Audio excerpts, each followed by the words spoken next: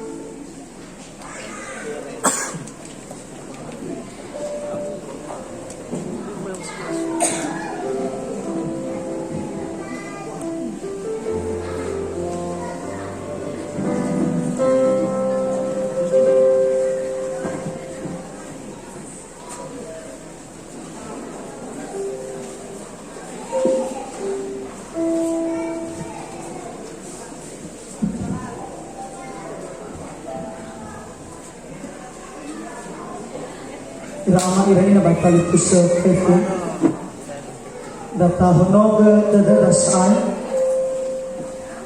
tema taromali ubalangi ifa ema tinolinya kata bokai dada ba data honog dada aktif pemuda taromali ubalangi talau manuna kutak membawa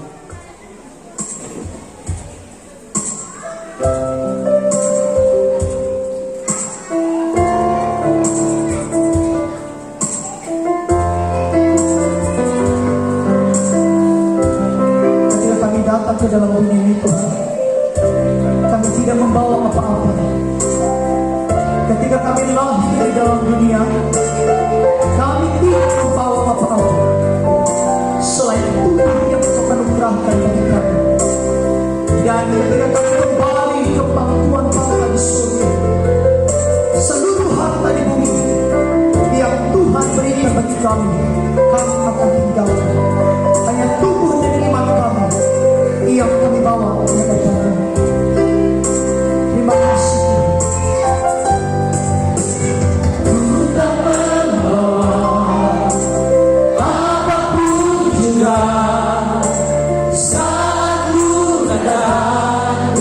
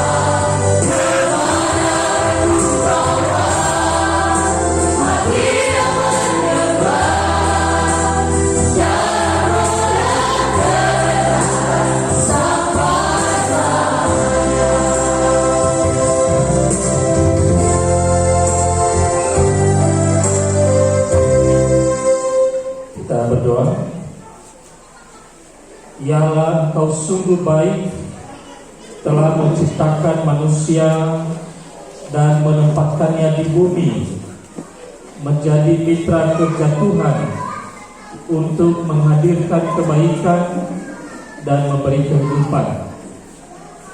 Namun manusia telah jatuh dalam dosa, telah jauh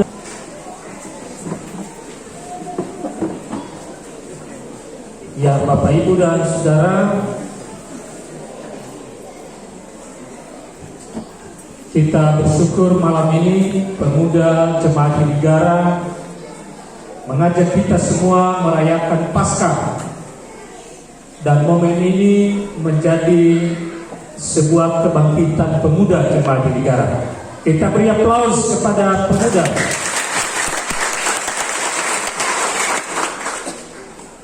Saya mengapresiasi juga bahwa dalam perayaan ini mencoba menghadirkan beberapa teman pemuda, baik dari Jemaat Olobaimbo, dari GPT Bang Salomo, dan sebenarnya mengundang teman-teman yang lain, tapi karena ada halangan belum bisa.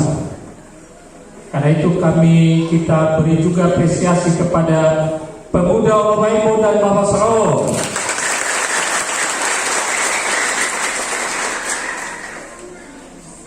Nah, Bapak Ibu dan para pemuda sekalian, saya mengajak membaca 1 Korintus pasal 15 ayat 14, 20 sampai 22. Lanjut ke pembacaan Alkitab.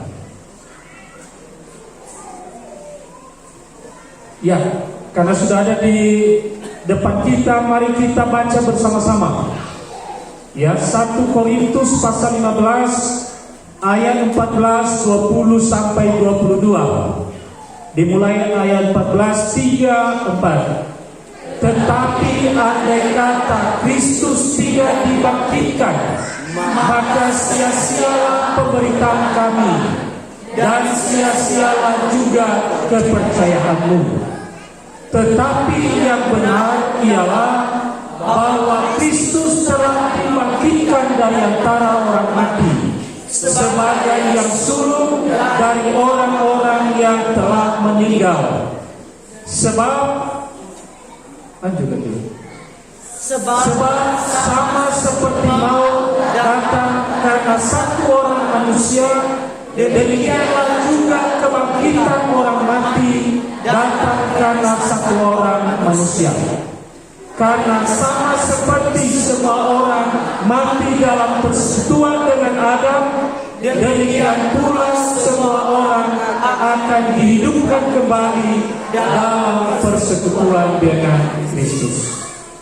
Demikian Bapak Ibu dan Saudara yang berbahagia, dan kita yang mendengarkan firman Allah, memelihara dalam hati dan melakukan dalam kehidupan sehari-hari. Wahai kafefu salam. Dalam pertemuan, dalam perayaan ini, kembali ke tujuan. Paling tidak ada 3 hal yang nanti akan kita renungkan. Yang pertama adalah bagaimana pemuda memahami mengapa Kristus disalibkan dan dibangkitkan oleh Allah. Ya, mengapa harus Kristus mati melalui penyaliban dan kemudian dia dibangkitkan oleh Allah. Yang kedua adalah pemuda memahami dan menerima kuasa kebangkitan untuk memelihara hidup yang baru bersama Allah. Jadi kebangkitan itu ada tujuannya. Tadi dikatakan sebagai sebuah pemulihan, penyelamatan. Tapi tujuan akhirnya adalah untuk kehidupan yang baru. Ada hidup yang baru bersama Tuhan. Dan yang ketiga adalah bahwa pemuda percaya pada kuasa kebangkitan dan menjadi saksi Kristus kepada teman pemuda dan juga kepada dunia. Jadi tidak hanya kita senang, suka tapi juga menerima kuasa. Tuhan memberikan itu dan menjadi saksi. Nah, mari kita lihat satu-satu. Lanjut. Terus. Ya. Nah, Bapak Ibu dan para pemuda, sebenarnya kehadiran gereja mula-mula itu diawali sebagai persekutuan orang percaya dan disebut gereja oleh karena menyaksikan berita kebangkitan Kristus.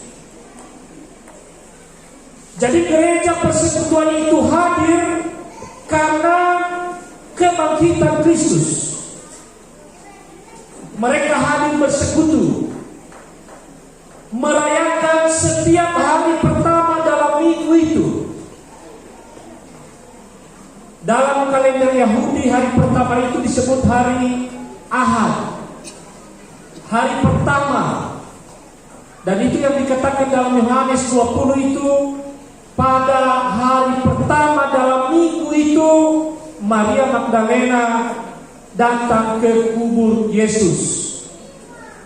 Jadi setelah hari Sabat, hari Sabtu, lalu hari pertama.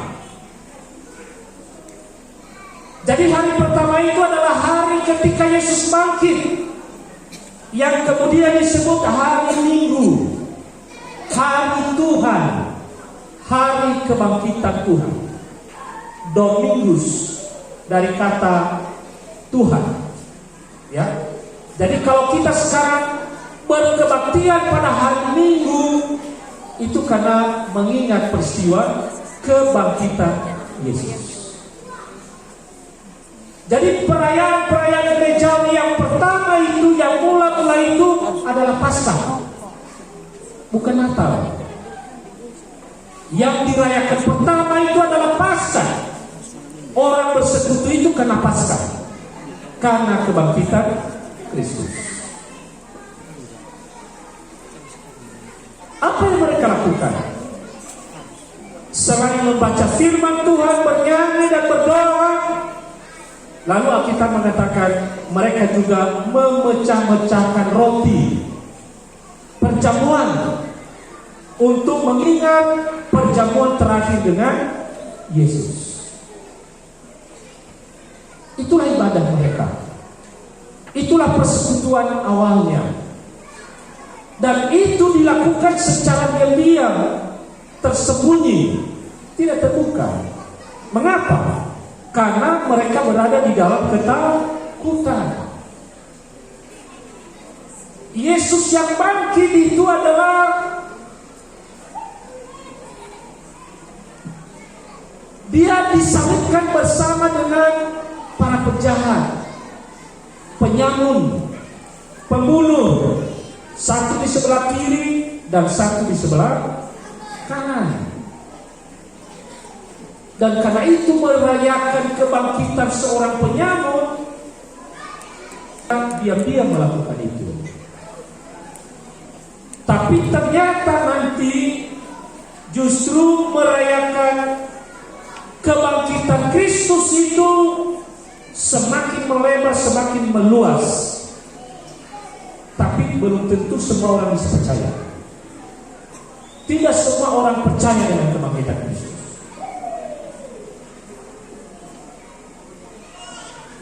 Banyak orang tidak percaya. Walaupun murid-murid Yesus yang sudah berjumpa dengan Yesus, bertemu dengan Yesus, mereka ceritakan bahwa Yesus sudah bangkit, Yesus sudah hidup,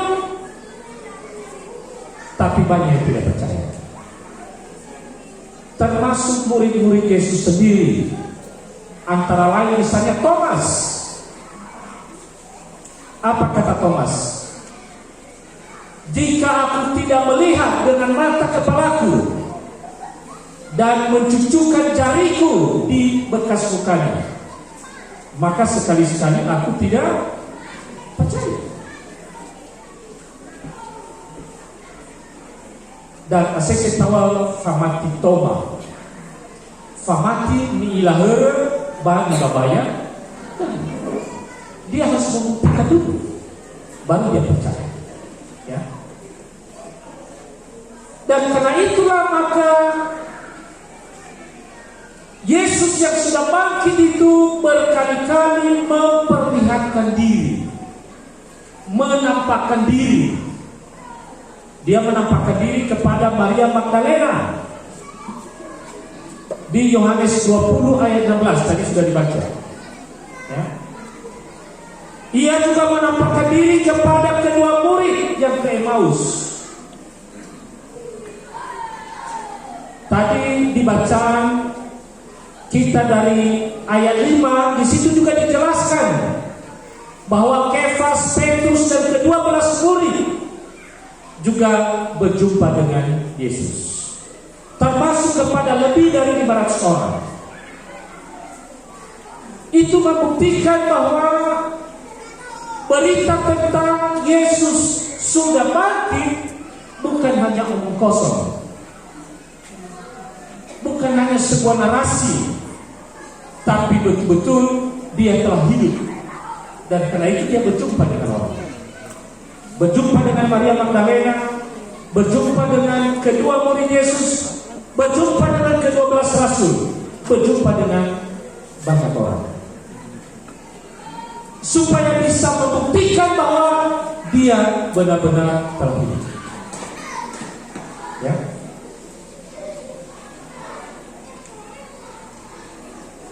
Tujuannya apa? Mengapa dia harus memperkenalkan, menampakkan diri? Yohanes 11 ayat 25, kita baca bersama-sama. 3, ya. Jawab Yesus, "Akulah kebangkitan dan hidup. Barang siapa percaya kepadaku, ia akan hidup walaupun ia sudah mati." Tujuan akhir adalah supaya orang percaya, supaya manusia percaya. Dalam Yohanes pasal 20 ayat 1 sampai 10, ketika Maria Magdalena menyampaikan bahwa kubur Yesus telah kosong, disampaikan kepada Petrus dan rasul-rasul yang lain. Lalu Petrus dan Yohanes berlomba pergi melihat kubur. Ternyata Yohanes duluan sampai. Walaupun dia duluan sampai, tapi dia mempersilahkan Petrus lebih duluan melihat. Tapi dikatakan di situ di ayat 8, maka masuklah juga murid yang lain itu, maksudnya Yohanes, yang lebih dahulu sampai di kubur itu, dan ia melihatnya bahwa kubur itu kosong dan percaya. Ada dua orang yang melihat kubur itu, Petrus dan Yohanes, tetapi mereka memiliki penilaian yang berbeda. Ya, dua orang menyaksikan keadaan yang sama, tetapi penilaian yang mereka dapat berbeda. Petrus ketika menyaksikan itu biasa saja, tapi Yohanes yang menyaksikan itu dicatat bahwa ia melihatnya dan percaya. Apakah di sini masih ada yang tidak percaya dengan kebangkitan Yesus? Ada? Tidak? Percaya dengan kebangkitan Yesus? Yesus katakan, berbahagialah orang yang percaya walaupun tidak melihat. Berbahagialah orang yang percaya walaupun tidak melihat. Kita tidak menyaksikan lagi peristiwa kebangkitan itu, tapi kita percaya melalui berita Alkitab.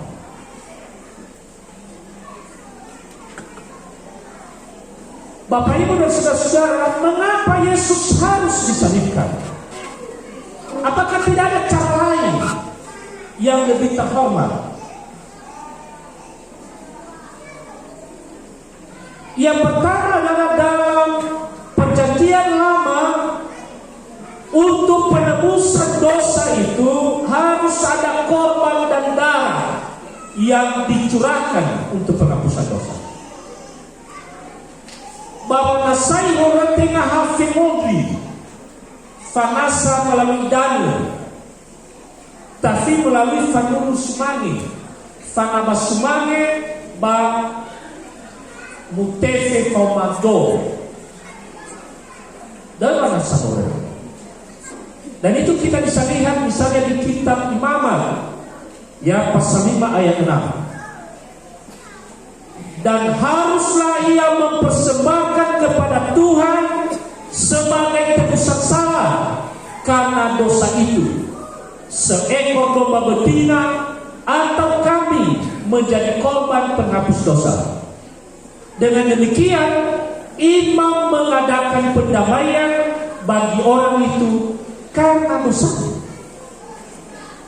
Jadi imam sebagai penyelenggara ibadah, dia mempersembahkan korban dan memberi pengampunan dosa kepada orang yang berdosa. Itu tugas seorang imam. Ya. Jadi harus ada korban dan ada darah yang tercurah. Dua itu dalam rangka penghapusan dosa. Juga di Keluaran 29 ayat 14. Tetapi daging lembu jantan itu, kulitnya dan kotorannya haruslah kamu bakar habis dengan api di luar perkemahan. Itulah korban penghapus dosa. Ya.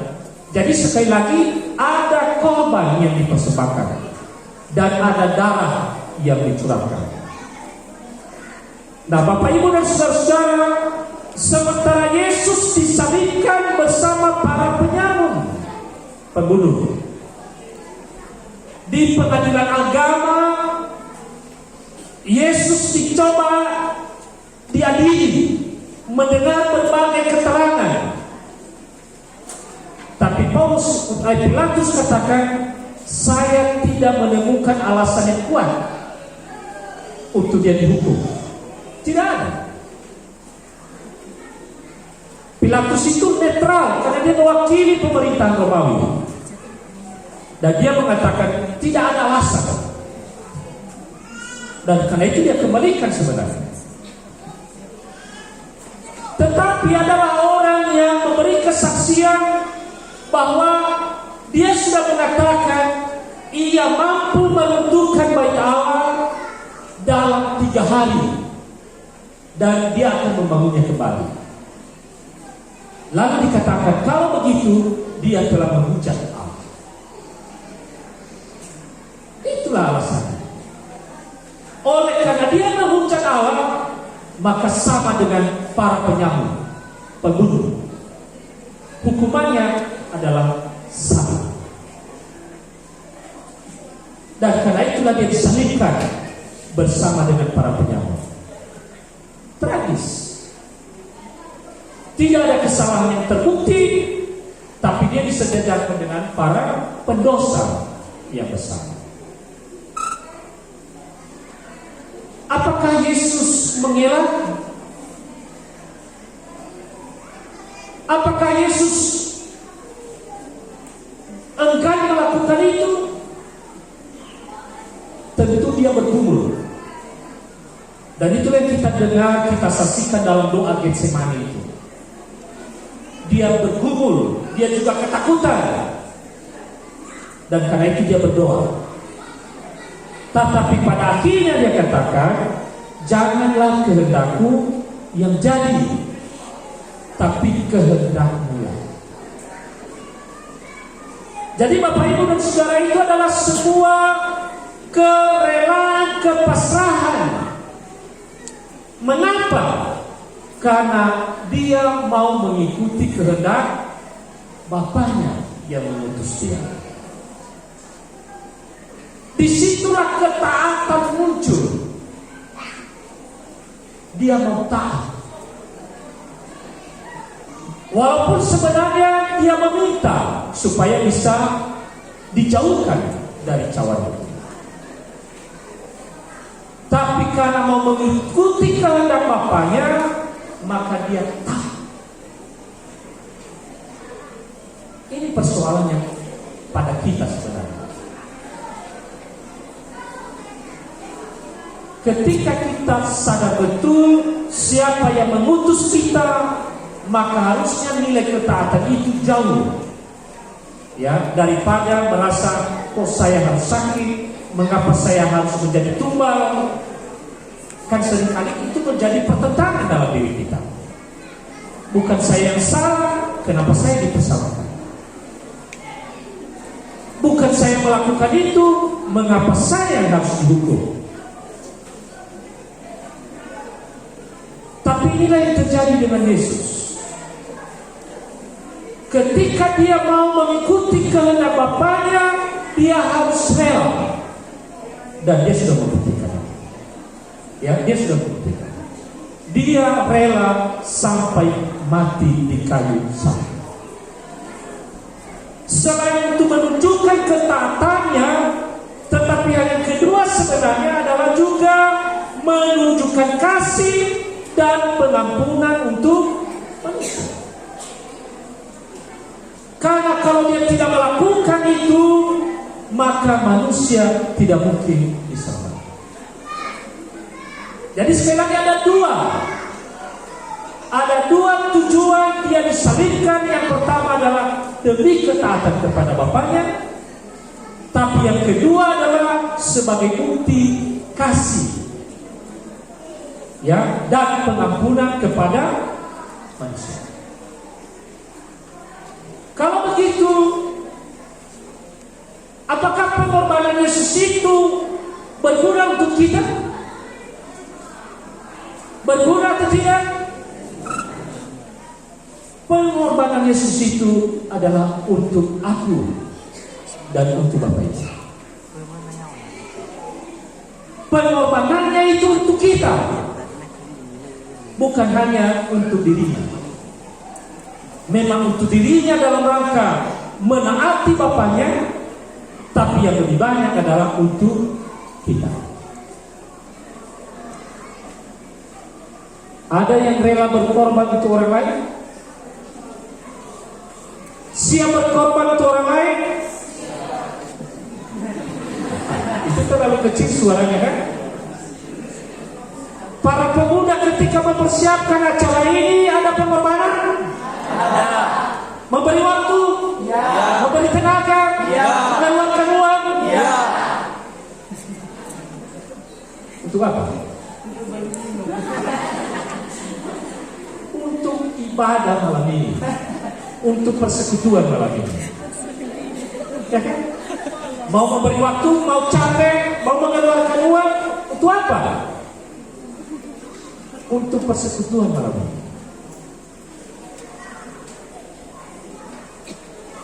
Itu yang sudah dilakukan oleh Yesus. Jadi dia tidak pernah memperhitungkan dirinya.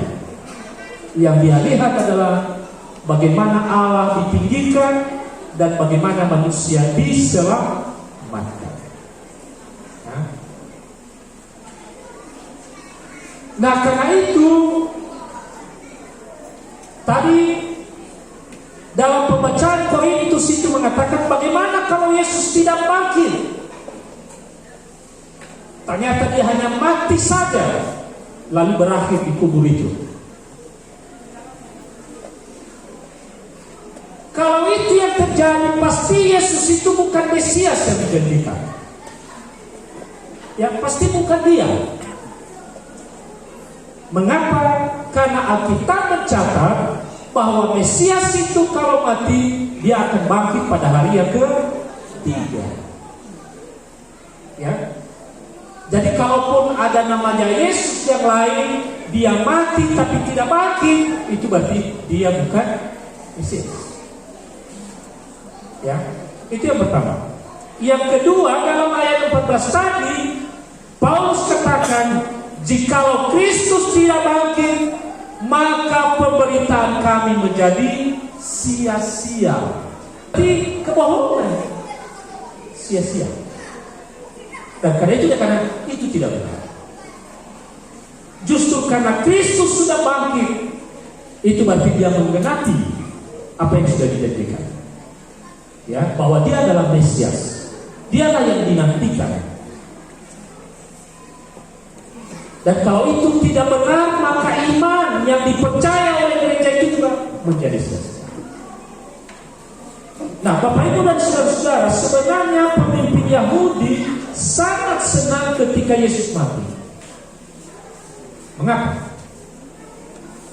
Mengapa mereka senang dengan kematian Yesus? Karena Yesus itu dianggap sebagai sebuah saingan. Banyak orang yang mau mendengar dia, mengikut dia. Itu berarti kan ada peralihan. Ya, ada peralihan. Orang semua berbondong-bondong ke Yesus. Ya, mau menyaksikan apa yang disampaikan oleh Yesus. Dan karena itulah mereka mau bagaimana saingan ini habis. Saya tidak tahu ya, kalau misalnya ada saingan kita menjadi kita tidak suka di hadir taman ia kayak batu lidahnya sesuai. Ya, dan terakhir uji ya Bang Ademi ketika jago demi baniha.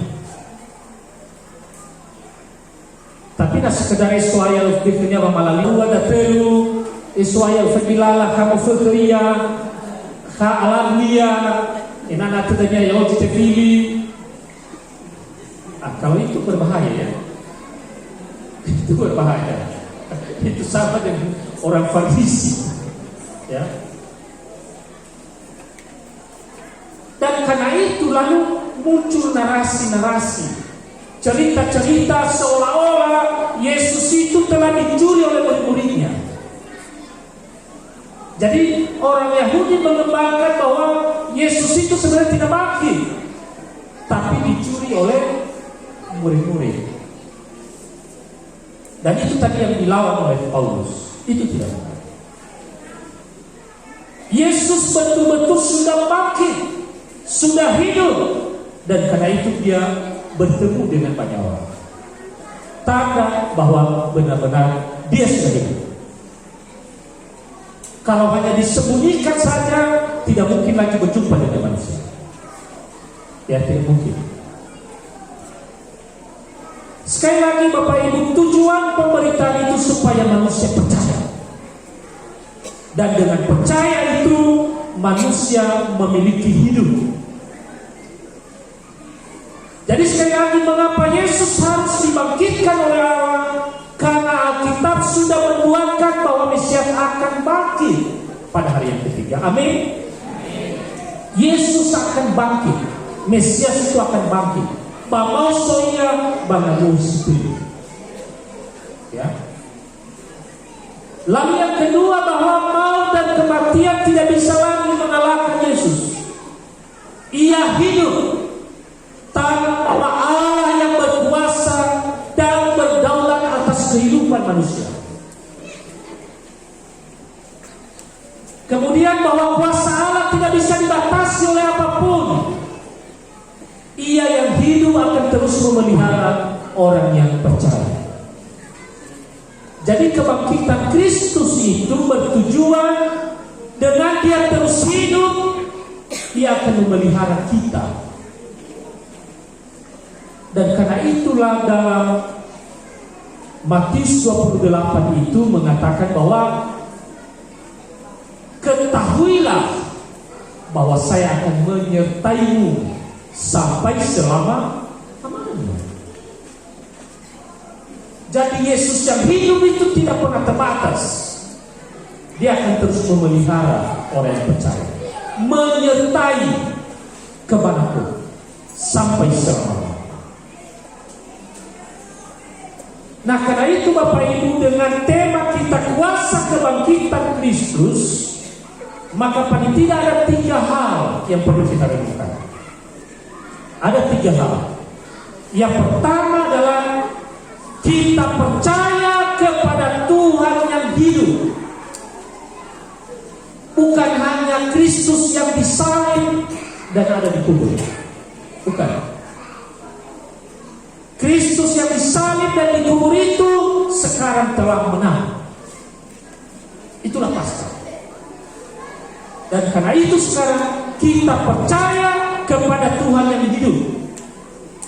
Tadi di bacaan kita mengatakan dia adalah yang sulul, yang pertama bangkit dari antara orang mati. Dan karena dia semua orang bisa hidup bersama Allah.